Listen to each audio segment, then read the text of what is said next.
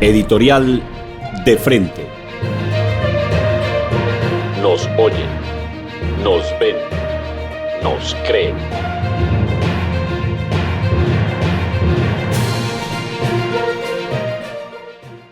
El presidente Petro ha hecho pública una comunicación de su puño y letra, vía Twitter, donde reclama el incuestionable triunfo electoral de El Zorro como gobernador de Casanare.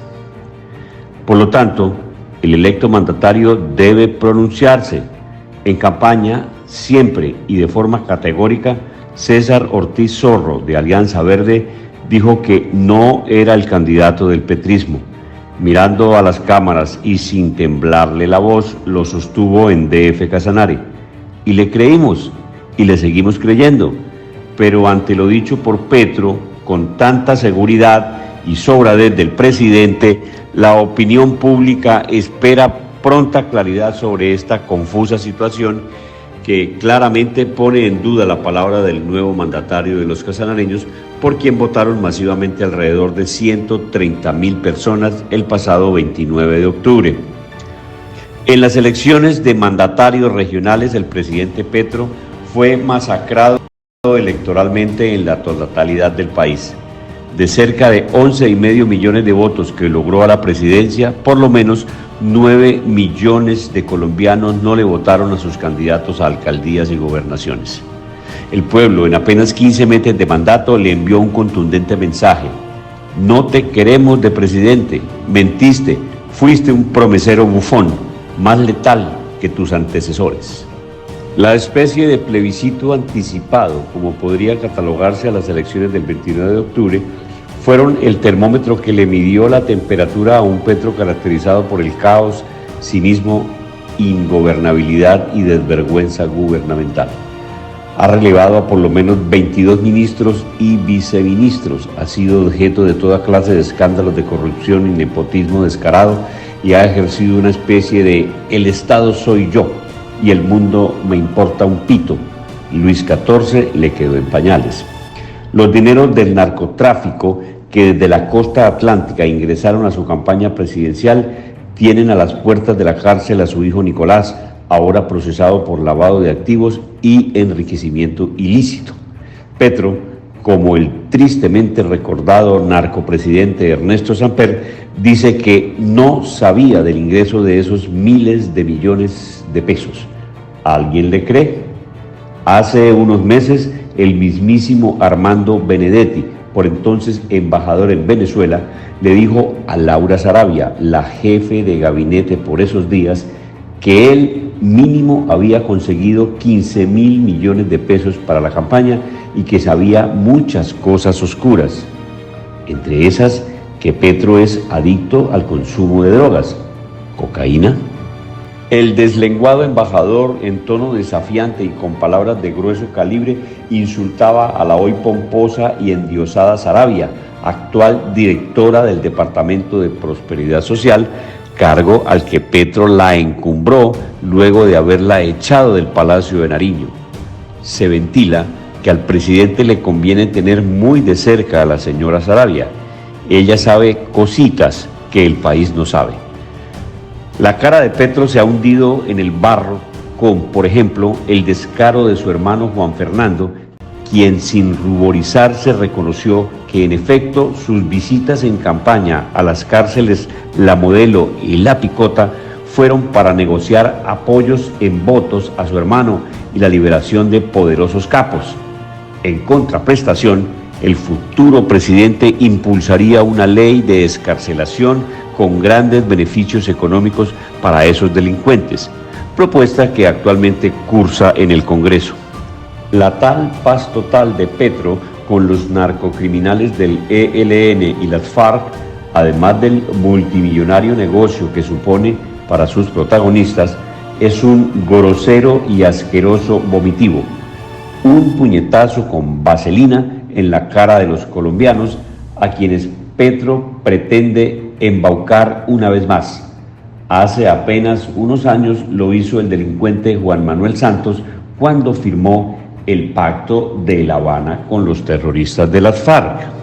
Estas sabandijas no solo no entregaron las armas, Tampoco devolvieron las miles y miles de hectáreas de tierras robadas a comerciantes, empresarios, ganaderos, agricultores y campesinos.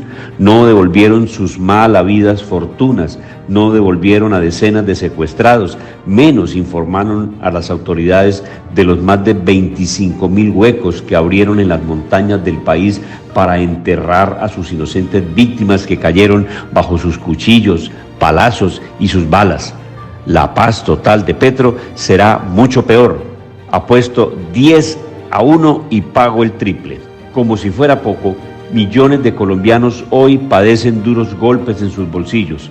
Los mensuales incrementos exagerados en el precio de la gasolina, el aumento en el valor de los peajes en vías nacionales y el aumento en los precios de productos de consumo popular como las gaseosas, tés, zumos, néctares de fruta, refrescos, aguas saborizadas, mezclas en polvo y líquidos a base de malta, lo mismo que las papas y fritos de paquete, alimentos precocidos, chocolates de mesa, salsas de tomate, salchichas, chocolatinas, entre otros, están cocinando el caldo ideal para una inminente protesta masiva popular en las 20 más importantes ciudades del país. Se siente venir. Otro negro lunar de Petro es la actual crisis del sector salud.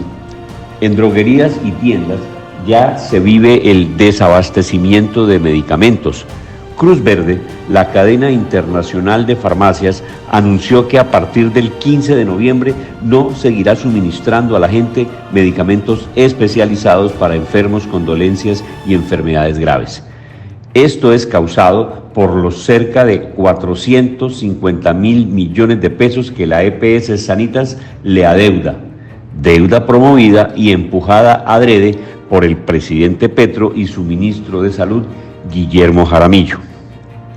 No se puede dejar de contar aquí el exabrupto y atrevimiento de Petro a la dignidad del pueblo colombiano cuando a boca llena dice que con los impuestos de millones de honestos ciudadanos le pagará mensualmente 1 millón de pesos a por lo menos 100.000 bandidos, ladrones y criminales que azotan las calles de las principales ciudades, cobrando vacunas y extorsiones a los comerciantes con el cuento de que es para cuidar sus negocios.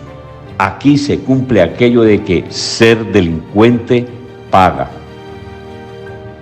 Grandes firmas encuestadoras como el Centro Nacional de Consultoría, Guarumo, Datexco, Gallup, Infoanálisis y otras miden periódicamente la popularidad y aceptación del presidente. En todas las encuestas, Petro escasamente bordea el 30% de popularidad. Su nombre y figura es como un bulto de sal arrojado desde un piso alto. Cae aceleradamente y se va a estrellar aparatosamente contra el piso. ¿En qué momento Colombia cayó tan bajo eligiendo de presidente a ese peligroso sujeto? Por todas las anteriores razones y muchas otras más, César Augusto Ortiz Zorro, el joven y esperanzador gobernador electo de Casanare, está en la obligación política y ciudadana de decirle a la opinión pública si su triunfo le pertenece al presidente Gustavo Petro, si es una cuota política de él, como este lo está diciendo en sus redes sociales, o, por el contrario, es un gobernador autónomo, independiente en sus decisiones y sin ataduras de color político, en lo nacional y en lo departamental, que reitere con carácter, voz recia y mirando de frente que no forma parte de clanes y carteles políticos, que es del pueblo y se debe a la gente y a sus promesas de campaña electoral. Señor gobernador, el pueblo espera su respuesta. Digo yo,